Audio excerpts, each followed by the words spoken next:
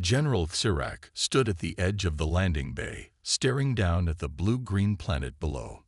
Earth, a primitive world by galactic standards, yet its people had drawn attention from the Zorthan Empire. They were a young species, still limited to their single star system, yet they had resisted every attempt at control. The Empire had sent spies, diplomats, and even threats, but the humans remained defiant. Now, Sirac had been sent on a personal mission. He would inspect their military academy, study their warriors, and determine if they were truly a threat or just another race that would fall under the Empire's might. The shuttle descended through the planet's atmosphere, shaking slightly as it cut through the thick air. Sirac remained still, his glowing eyes fixed on the horizon. He had conquered dozens of worlds, witnessed the rise and fall of civilizations, and never once had he doubted the superiority of his people. The Zorthans were larger, stronger, and had centuries of combat experience. These humans, with their soft bodies and short lifespans, could not possibly compare. The shuttle landed with a dull thud inside the Earth Military Academy's main compound. The hatch hissed open, and Sirac stepped out, his tall frame casting a long shadow against the concrete ground. Human soldiers stood in formation, watching him with expressionless faces. They were smaller than Zorthans, physically weaker, yet there was something unsettling about their posture. They stood perfectly still, their hands resting near their weapons, eyes locked onto him without fear. Most species cowered in the presence of a Zorthan warlord. These humans did not. A human general approached, his uniform crisp, his face lined with age and experience. "Welcome to Earth's Military Academy," he said, his voice steady. "I am General Carter." He extended a hand, a human greeting. Sirac hesitated, then reached out, his large, clawed fingers grasping the human's hand. The grip was firm, stronger than expected. This old man had seen war. Sirac released his hand and glanced around. "This is where you train your warriors." His voice was deep, filled with skepticism. Carter nodded. "You'll see soon enough." He turned, motioning for Sirac to follow. They walked through the academy grounds, passing squads of soldiers running drills. Sirac observed them closely. Their movements were efficient, their formations tight. He had expected sloppiness, yet these humans moved with precision. In the distance, a group was engaged in hand-to-hand combat training. Sirac stopped to watch. Two cadets circled each other in a ring, their uniforms stained with sweat. One lunged forward, striking fast. The other dodged, countered, and in a split second, the first cadet was on the ground, his arm twisted behind him. The defeated soldier didn't cry out, didn't complain. He simply nodded, stood up, and prepared to fight again. Sirac narrowed his eyes. "Your soldiers recover quickly." Carter smirked. "Pain is a lesson. The faster they learn, the stronger they become." Sirac had seen training before, but something about this was different. Most species relied on physical superiority, raw power. The humans relied on something else. Endurance, willpower. They didn't stop when hurt. They didn't hesitate when faced with pain. They kept going. Carter led him further into the academy, toward a large building. Inside, the air was thick with the scent of oil, metal, and sweat. It was a weapons testing facility. Human engineers worked on advanced firearms, testing them against reinforced targets. Sirac watched as a soldier picked up a rifle, aimed, and fired. The blast tore through solid steel. Impressive, but not surprising. The Empire had seen energy weapons before, but then the soldier switched to a different weapon. Something smaller, something ancient. He fired again. A projectile, not energy. A simple, physical bullet. It shouldn't have been remarkable, yet Sirac felt uneasy. The humans still used primitive weapons, but they wielded them with terrifying precision. They had perfected war in ways the Empire never had. Zorthans relied on technology, shields, and enhancements. Humans relied on skill. Carter turned to him. "You look surprised." Xurek crossed his arms. I did not expect your kind to still use such primitive tools. Carter chuckled. It's not the tool that matters. It's the one using it. The words lingered in Xurek's mind as they continued the tour. The academy was vast, filled with training grounds, strategy rooms, and barracks. Every corner held another display of human discipline and determination. Xurek had expected arrogance, but there was none. These soldiers did not boast, did not show off. They simply trained endlessly, pushing themselves past exhaustion. Then came the final test. Carter led him to an underground chamber, where a group of elite soldiers stood waiting. They wore no armor, carried no weapons. Carter turned to Xurek. We call this the gauntlet. Our best fighters face off against multiple opponents. No breaks, no mercy. The challenge began. A single soldier stepped forward. 3 others attacked him at once. Xurek watched, expecting the lone fighter to be overwhelmed. But he wasn't. He moved like a predator, dodging, striking, countering. His movements were calculated, precise, and brutal. Bones cracked, bodies hit the ground, yet the human did not stop. Blood dripped from his face, but he kept fighting. Even when he was exhausted, even when he could barely stand, he fought. Xurek felt something he had not felt in years. Unease. Carter leaned in. Now do you see? Strength isn't just about muscle. It's about will. And humans, we do not break. Xurek said nothing. He had come here expecting to find weakness. Instead, he had found something far more dangerous. A species that refused to surrender. A species that did not fear pain. A species that would fight, no matter the cost. For the first time in his long military career, General Xurek wondered if the Zorthan Empire had made a mistake. General Xurek could not shake the feeling of unease that had settled deep in his mind. As he followed General Carter through the academy grounds, his sharp eyes studied every soldier, every drill, every test of endurance. There was something unnatural about these humans, not in their biology, but in their spirit. Other species had powerful warriors, but they relied on advantages like size, strength, or advanced technology. Humans, on the other hand, had none of those things. They were physically weaker, their weapons were not the most advanced in the galaxy, yet they moved with an eerie confidence, as if war was not just a necessity for them, but something they had mastered beyond logic. Xurek had seen warriors fight with fury, with honor, with desperation. But these humans fought with something else. Something colder, something terrifying. He was led into another facility, where a new group of cadets was undergoing an endurance test. The rules were simple. Push your body beyond its limits, ignore the pain, and keep moving forward. Xurek watched as a young soldier, barely past his adolescence, struggled under the weight of a massive pack strapped to his back. The pack was heavier than the human himself, but he did not stop. Sweat dripped from his face, his legs trembled, yet he clenched his teeth and marched forward. Another cadet beside him collapsed, gasping for breath. An instructor stepped forward, shouting at the fallen soldier, demanding that he get up. Xurek expected the cadet to beg for rest, to surrender to exhaustion, but instead he slammed his fists into the dirt, growled in frustration, and forced himself back to his feet. There was no hesitation, no complaint, just the sheer, unrelenting will to continue. Xurek felt a chill run through him. He had seen soldiers push through pain before, but this was different. This was not the desperate struggle of a warrior facing death. This was discipline, trained into them like an unbreakable instinct. He turned to Carter, his voice calm but laced with curiosity. What happens if they refuse to get up? Carter smirked, crossing his arms. They don't. Not if they want to stay in this academy. Xurek glanced back at the cadets, his unease growing. Even the weakest among them refused to quit. It was as if failure was not an option in their minds. He thought back to his own warriors, the elite Zorthan soldiers who relied on genetic modifications, strength enhancements, and pain suppressors.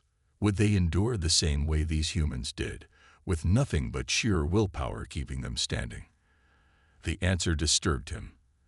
As they continued deeper into the training grounds, another test was taking place. This time, it was combat.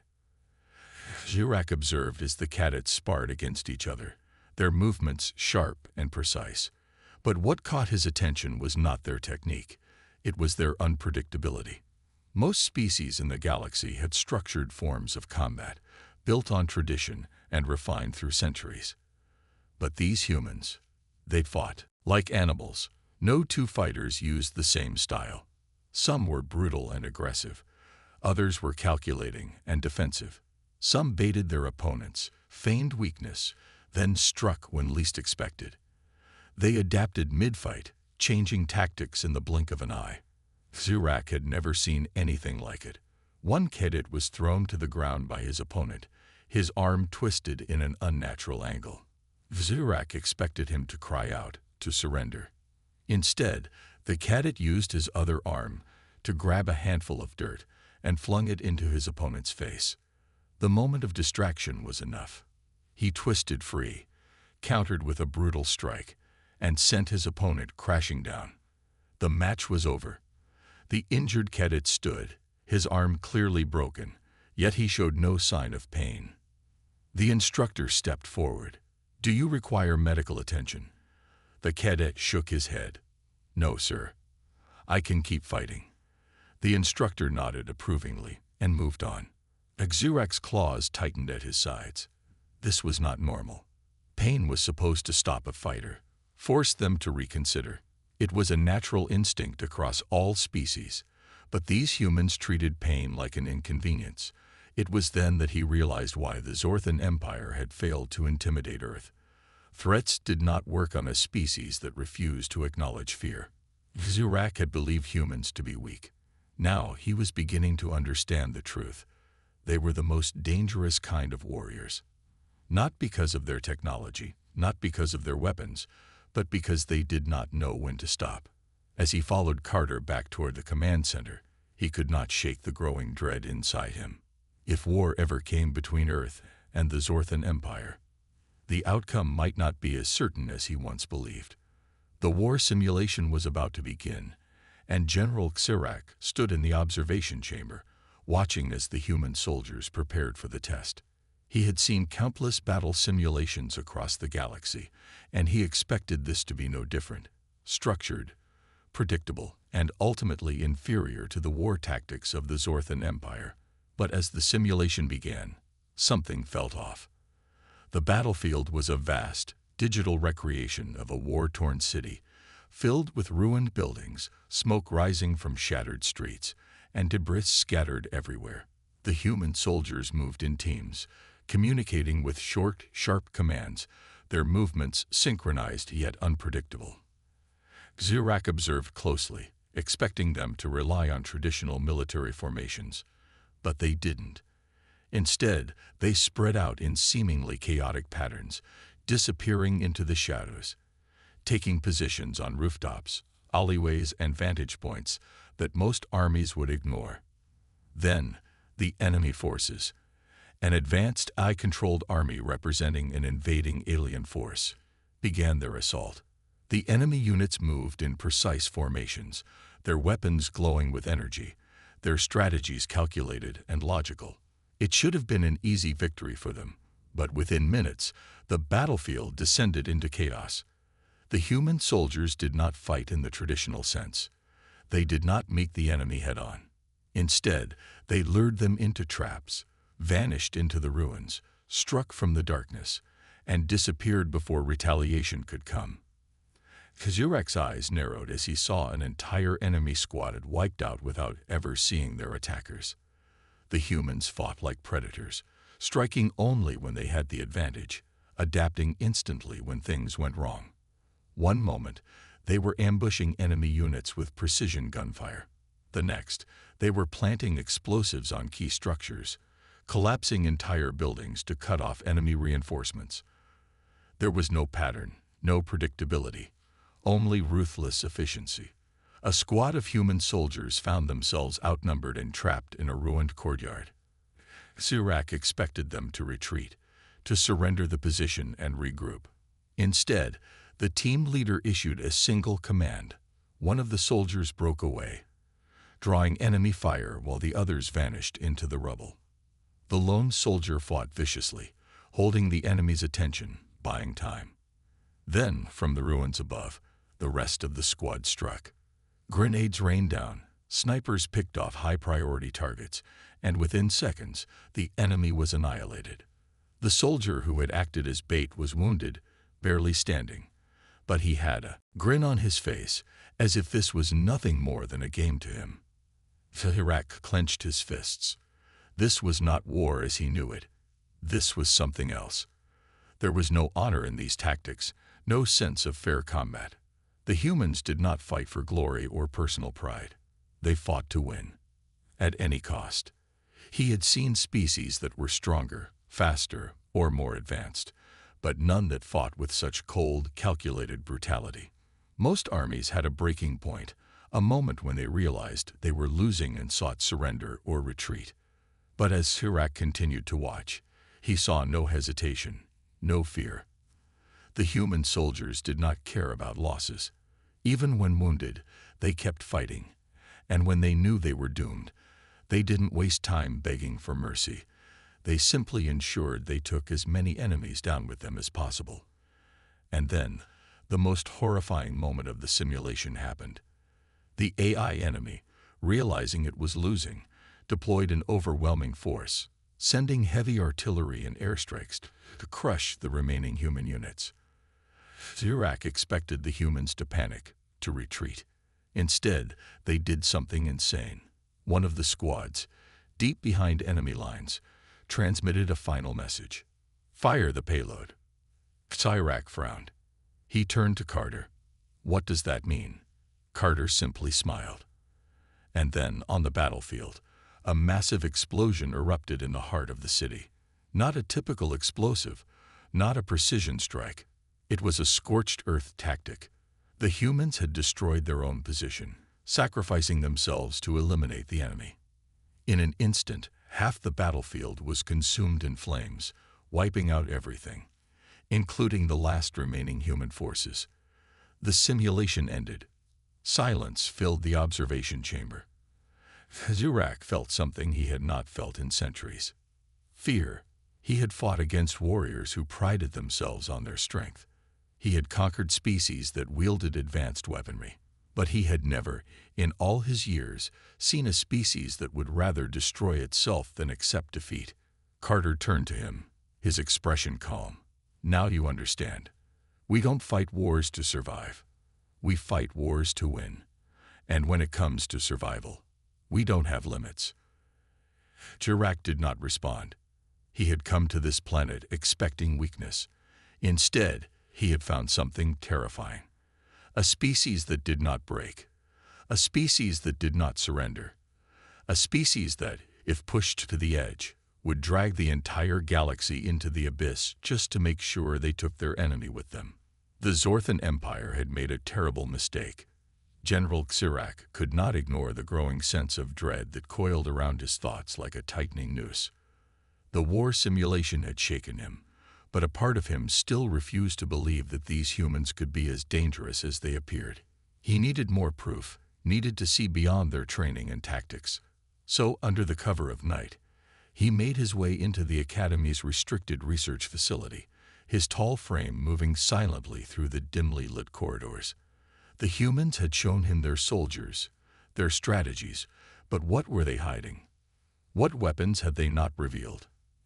As he stepped deeper into the facility, passing security doors that should have been heavily guarded but weren't, he felt an odd sensation crawling up his spine. The humans weren't protecting these secrets as heavily as they should have been. It was almost as if they didn't fear anyone discovering them. That was unsettling. Finally, he reached the inner chamber, where prototype weapons were stored and tested. His glowing eyes scanned the room, taking in the rows of weapon racks, the strange devices resting on metallic tables, the blueprints pinned against the walls. At first glance, Nothing seemed too unusual. There were energy weapons, high-impact railguns, and other standard instruments of war. But then his gaze landed on a reinforced containment unit, a thick metal vault sealed with layers of security mechanisms. Zirak approached, his sharp fingers running across the cold surface, and without hesitation, he activated the console beside it, hacking into the system with ease. The humans were advanced, but they were not yet on par with Zorthan technology. The vault door hissed, then slowly began to open. As the thick steel barrier parted, Zirak was immediately hit by a wave of something wrong. He didn't know how to describe it, but the air itself felt heavier, tainted with a presence that sent a deep, primal warning through his very being. Inside the vault, resting on a raised platform, was a weapon unlike anything he had ever seen. It was not energy-based. It was not plasma. It was not anything the Zorthan Empire would consider advanced. It was something worse, something ancient, a small, compact device, its outer shell reinforced with layers of composite metal, glowing faintly with an eerie blue light pulsing from within. It looked unassuming, yet Zirak knew with every fiber of his being, that this was no ordinary weapon. He reached for it, hesitating just for a moment before his claws brushed against its cold surface. Instantly, a surge of data flooded his mind. This was not a conventional bomb, not a mere instrument of destruction. It was something that operated on principles no sane species would ever consider using. The humans had not built a weapon to defeat their enemies.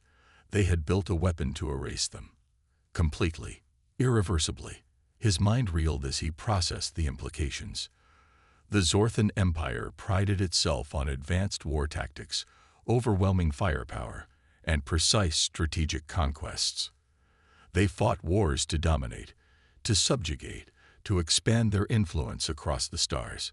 But the humans fought differently. If pushed to the edge, they would not fight for survival. They would not fight for territory. They would fight for absolute victory, even if it meant annihilating everything, including themselves. Zirak had spent centuries studying war, understanding the psychology of battle, breaking the will of countless civilizations. He had always believed that every species had a limit, a threshold beyond which they would surrender, a point at which survival would outweigh pride. But the humans had no such limit. He understood now why they had survived wars that should have broken them, why they had endured centuries of conflict, why their soldiers fought with such reckless brutality. They were not afraid of destruction. They were destruction. A cold sweat formed on his ridged brow as he slowly stepped back from the weapon, his mind racing. If the Zorthan Empire ever pushed these creatures too far, if they ever tried to conquer Earth with sheer force, the humans would not bow. They would not beg for mercy. They would not accept defeat. They would burn everything to the ground, take their enemies with them, and laugh while doing it. Suddenly, a voice cut through the silence. "Find what you were looking for." Zirak turned sharply, his claws instinctively flexing, but it was only General Carter standing in the doorway, arms crossed, his expression calm. There was no anger in his voice, no accusation, just quiet amusement, as if he had expected this all along. Zirak exhaled slowly, his heart still pounding from the revelation. You would actually use this," he muttered, barely able to comprehend the sheer insanity of it. Carter smirked, stepping into the room and glancing at the weapon. "Only if we had no choice," he said simply. "But that's the thing, General. If we ever have to use it, it means our enemies have already lost." His words hung in the air, cold and absolute. Zirak stared at him, trying to understand the depths of the madness he was witnessing. In all his years, he had never feared an enemy. But as he stood there, facing a species that had mastered the art of total war, he finally understood the truth. The Zorthan Empire had always seen humans as weak. They had no idea what kind of monsters they were truly dealing with. Zirak did not sleep that night. He could not. The knowledge of what he had seen, What he now understood about these humans would not allow his mind to rest. He stood in the shadows of the Academy's observation tower, looking down at the training grounds below, watching as young soldiers drilled through the night. Even now, while the rest of the galaxy would be resting, these humans pushed themselves further, honed their skills, became more dangerous. It was not necessity that drove them. It was obsession. And that terrified him more than any weapon ever could. His own people, the Zorthan, were one of the most feared warrior species in the known universe. They prided themselves on discipline, on strength, on control. They fought wars with precision, calculated strategies, overwhelming force. But for the first time in his long military career, Sirac was beginning to doubt everything he had believed about warfare. He had thought of humans as a minor threat, a species that survived through luck and persistence rather than true power. Now, he knew the truth. They were the most terrifying force he had ever encountered, not because of their technology, not because of their numbers, but because they refused to accept the idea of defeat. He had seen their tactics, their brutal efficiency in combat, their willingness to sacrifice without hesitation. He had seen the weapon they had built, a weapon that did not just kill, but erased. And now, standing there in the cold night air, he understood the most dangerous truth of all. Humans did not fight wars to win. They fought wars to make sure their enemies lost in the most absolute way possible. He thought back to the Zorthan War Council, the high generals who had debated the conquest of Earth, who had dismissed the humans as primitive, as insignificant. He had agreed with them once. Now he felt only dread. The Zorthan Empire could defeat Earth in a conventional war. There was no doubt about that. Their fleets were larger, their weapons more advanced, their armies battle-hardened. But what happened after the war started? What happened when the humans realized they could not win with traditional methods? Sirac already knew the answer. They would not surrender. They would not beg for peace. They would adapt. They would escalate. And then, when they had no options left, they would unleash the kind of horror that no empire, no civilization, could ever prepare for.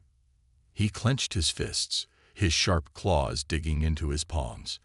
If war ever came between their species, it would not be a conquest. It would not be a battle for dominance. It would be annihilation. The Zorthan Empire could burn every human city to the ground, could wipe out entire continents, could shatter their fleets in the void. And yet, somehow, Sirac knew, it still would not be enough. They would find a way to fight back. Even if they had to reduce their own planet to rubble, even if they had to drag their enemies into the abyss with them, they would never stop. He turned away from the training grounds, his mind made up. The Zorthan High Command had to be warned. They could not afford to underestimate this species, not even for a moment. Conquering them was not an option. It was suicide. But even as he prepared to leave, a voice interrupted his thoughts. "You've seen enough, haven't you?" Sirac turned slowly to find General Carter standing behind him, hands in his pockets, expression unreadable. The human had been watching him the entire time, as if he had expected Sirac to come to this realization on his own. Sirac met his gaze, trying to mask the unease in his voice. "I understand now," he said. "Your people, you are not like the others." Carter smirked slightly. "No, we're not." There was a long silence between them, filled only by the distant sound of boots marching, of soldiers pushing themselves through another grueling exercise. Finally, Sirac spoke again. "If my empire ever comes for Earth," he said slowly, "you will burn the stars down before you let yourselves be conquered." Carter nodded. "You're damn right we will." Sirac exhaled, feeling the weight of his realization settle in his chest like a stone. He had come to Earth expecting to evaluate a potential enemy. Instead, he had discovered something far more terrifying. He had discovered a species that did not just fight wars. They ended them, no matter the cost. Sirac left the observation tower with heavy steps, his mind consumed by the grim reality he had uncovered. The Zorthan Empire had always been victorious, always assumed itself superior. But against the humans, victory was an illusion. He had to return to his people, had to warn them that Earth was not a world to be conquered. It was a graveyard waiting to be filled with anyone foolish enough to challenge it. But as he made his way toward his transport, something unexpected happened. The Academy's alarms blared, red lights flashing across the base, and a voice rang out over the intercom. Emergency alert. Unidentified hostile forces approaching. All units to battle stations. Hilirac's first instinct was to assume this was another human test, another cruel exercise designed to push their soldiers to their limits. But then he saw them. From the sky, dark ships descended in silence, sleek, jagged vessels that bore no markings, no signs of allegiance. These were not human. They were not Zorthan. They were something else entirely, and they were here to kill. Before Xerac could react, the first explosions ripped through the Academy, sending fire and debris into the air. Soldiers were already moving, already adapting, diving for cover and returning fire before their enemy had fully landed. It was instinctive, almost inhumanly fast, while most species would be caught off guard, scrambling to understand the situation. The humans responded with terrifying precision. Xerac had never seen a force so unshaken by the sudden outbreak of war. The attackers landed, strange, insect-like creatures pouring from their ships, their weapons spitting out deadly energy bolts. Xerac recognized them immediately. Korthian mercenaries, slavers, ruthless killers that prowl the edges of the galaxy, attacking isolated worlds, taking prisoners, leaving nothing but corpses behind. He had fought them before. He knew their tactics, their savagery. And now, they had made the worst mistake of their existence. They had come to Earth. Xerac barely had time to draw his own weapon before he saw the humans charge. Not retreat, not regroup, charge. They moved like predators unleashed, striking before the enemy could establish a foothold. Xerac had seen warriors fight with fury before, but this was something else. They were precise, brutal, relentless. A squad of human cadets, barely more than trainees, engaged a group of Korthians 3 times their size. It should have been a slaughter. Instead, the humans tore through them with frightening efficiency. A young soldier took a shot to the leg, collapsing for only a second before pulling himself up and continuing to fight as if pain was nothing more than an afterthought. Another was disarmed, but didn't hesitate. He tackled a Korthian to the ground, slammed his fists into its skull, and grabbed the fallen enemy's own weapon to finish the fight. Xerac watched in stunned silence as a group of instructors, outnumbered and cornered, activated explosives at their own position, wiping out themselves and the invaders in a single calculated act of destruction. No hesitation, no fear, just war, fought without mercy. The Korthians had expected easy prey. They had expected screams, surrender, panic. Instead, they were being torn apart by something far worse than they had ever encountered. Xerac saw the moment their morale cracked, saw the first of them hesitate, saw them start to fall back. The humans sensed it too, and they did not let up. In any other battle, the enemy would have been given a chance to retreat, to regroup. But the humans didn't fight like that. They hunted. As the Korthians tried to retreat to their ships, the humans pursued, cutting them down with ruthless precision. Snipers picked off fleeing soldiers with perfect shots. Grenades landed in the center of retreating groups, ensuring no survivors. The humans did not just win battles, they erased their enemies. Within minutes, the battle was over. The Academy was damaged, but the enemy was annihilated. The Korthians had lost every single soldier they had sent. Not one had escaped.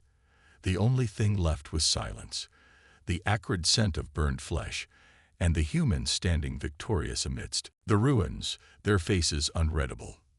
Xerac let out a slow breath. The Korthians had not just been defeated. They had been utterly crushed.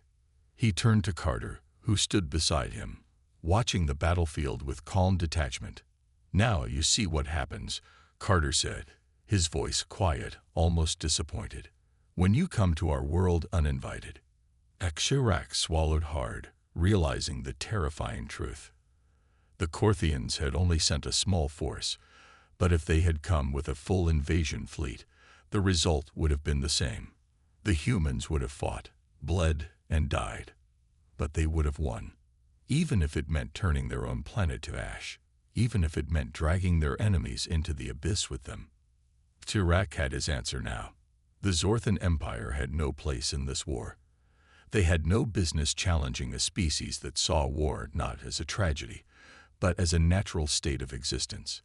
He had always believed the Zorthan were the strongest warriors in the galaxy. He had been wrong. The strongest warriors did not fight for conquest. They fought because it was all they had ever known. And nothing, not even the might of the Zorthan Empire, could survive a war against that. Chirac stood amidst the ruins of the battlefield, the acrid scent of blood and smoke filling his lungs, his mind struggling to process what he had just witnessed. He had seen wars, countless battles across the stars, but never had he seen an enemy crushed with such ruthless finality. The humans had not just repelled the Corthians, they had wiped them from existence, ensuring that not a single one left the battlefield alive. It wasn't strategy. It wasn't defense. It was extermination. He turned to General Carter, who stood calmly at his side, watching the aftermath without a hint of emotion. The human general had not given a single order, had not commanded his soldiers to fight harder or push forward. He had simply let them do what they did best, survive by any means necessary. Chirac exhaled, his claws flexing, his mind racing. If the Corthians, seasoned killers feared across the galaxy, had been nothing more than prey to these humans, then what hope did any empire have against them? Even now, the human soldiers did not celebrate their victory. There were no cheers, no boasts of dominance. Instead, they moved methodically across the battlefield, securing weapons, confirming kills, ensuring that not a single threat remained. They treated war like a routine task, like it was nothing more than an unavoidable part of life. And perhaps for them, it was. Chirac had always believed that every species fought for a reason. For conquest, for survival, for vengeance. But these humans, they fought because they knew nothing else. War had shaped them, carved them into something unnatural, something that did not fear death, that did not recognize surrender, that refused to be broken. He turned to Carter, his voice quiet, uncertain. "Why?" The human general glanced at him, raising an eyebrow. "Why what?" Chirac gestured to the devastation around them. "Why do you fight like this? You could have let them retreat. You could have spared some, but you didn't." Carter sighed, as if explaining something simple to a child. "Because if we let them go, they come back stronger. They learn. They adapt. Next time, they don't send a raiding force. They send an armada." He looked Chirac in the eyes, his gaze unreadable. "So we don't give them a next time." Chirac's breath caught in his throat. That was it. That was the horrifying truth of humanity's way of war. They didn't fight to win battles. They fought to end wars before they could begin.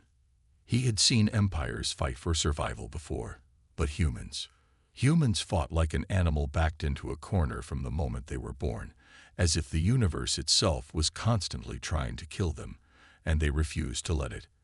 And if anyone made the mistake of thinking they were weak, if anyone tried to push them just a little too far, then they became something far worse than warriors. They became extinction incarnate. He had to warn the Zorthan High Command. He had to convince them that humanity was not an enemy they could afford to make. But deep down, he already knew the truth. His empire, like so many before it, would see humanity as a challenge, as a species that needed to be tested, conquered, broken. And when that day came, when the Zorthan fleets darkened Earth's skies, when they demanded surrender, they would see too late what Chirac had already come to understand. Humanity did not surrender. Humanity did not break. And if war ever came, if they were ever truly forced to fight for their existence, they would burn the stars themselves to ensure their enemies burned with them. The Zorthan Empire had survived for thousands of years, had conquered dozens of worlds, had faced every challenge with unwavering might. But against these humans, against a species that turned war into an art of absolute destruction, the Empire would face the one enemy it could never defeat, the one enemy that would never stop fighting, the one enemy that, if pushed too far, would make the entire galaxy pay the price. The war had not yet begun, but Cyrak knew, in the deepest part of his soul, that when it did, the Zorthan Empire would not survive it. Cyrak stood at the edge of the battlefield, the weight of his realization pressing down on him like the crushing gravity of a dying star. The Academy's fires still burned, casting eerie shadows over the blood-stained ground, but the humans were already moving forward, already rebuilding, already preparing for whatever came next. There was no hesitation, no delay, no moment of weakness. They had fought, they had won, and now they were ready for the next war, because for them, there was always a next war. Cyrak clenched his fists, his sharp claws digging into his own palms. He had spent his life on battlefields, had crushed rebellions, had conquered civilizations, had watched empires crumble beneath the might of the Zorthan war machine. But never, not once, had he encountered a species like this. The humans did not fight for power, for glory, for conquest. They fought because it was in their nature, because it was the only thing the universe had ever allowed them to be. He had seen their brutality, their willingness to sacrifice everything if it meant ensuring their enemies lost. He had seen them throw themselves into battle without fear, had seen them destroy an entire invasion force with ruthless efficiency, and he had seen the weapon they had built, the monstrous, final option they kept locked away, waiting for the day they had no other choice. It was not a weapon of war. It was a weapon of extinction. The Zorthan Empire had always believed that strength determined the rulers of the galaxy, that the mightiest warriors would always stand at the top. But now, Cyrak understood the terrible truth. Strength alone did not guarantee survival. It was the species that refused to die, the species that refused to accept defeat, that would inherit the stars. And humans were the most dangerous survivors he had ever seen. He turned to General Carter, his voice lower now, filled with something he had not felt in centuries. Not fear, not anger, but respect. "You knew this would happen," Cyrak said quietly. "You knew they would come." Carter nodded, his expression unreadable. "They always do. There's always someone who thinks we're weak, someone who thinks we're prey. And we proved them wrong." His voice was not boastful. It was not proud. It was a simple, undeniable truth. Cyrak inhaled slowly, his decision already made. There was no need to return to the Zorthan Empire. No need to warn his people. They would not listen. They would not believe. And when the day came that they decided to test humanity, when the war fleets of the Empire darkened Earth's skies, Cyrak knew exactly what would happen. The Empire would strike with all its might. The humans would endure. And then, when they had no other choice, they would unleash everything. They would set the galaxy on fire before they ever allowed themselves to fall. The war would not end with a surrender. It would end with the death of an empire. Cyrak exhaled and looked up at the stars. For the first time in his life, he wondered if his people had been fighting for the wrong thing all along. The Zorthan had spent centuries conquering, proving their dominance over lesser species, believing that strength was the only thing that mattered. But humanity had shown him something else. War was not about power. It was about survival. And the ones who survived were not the strongest.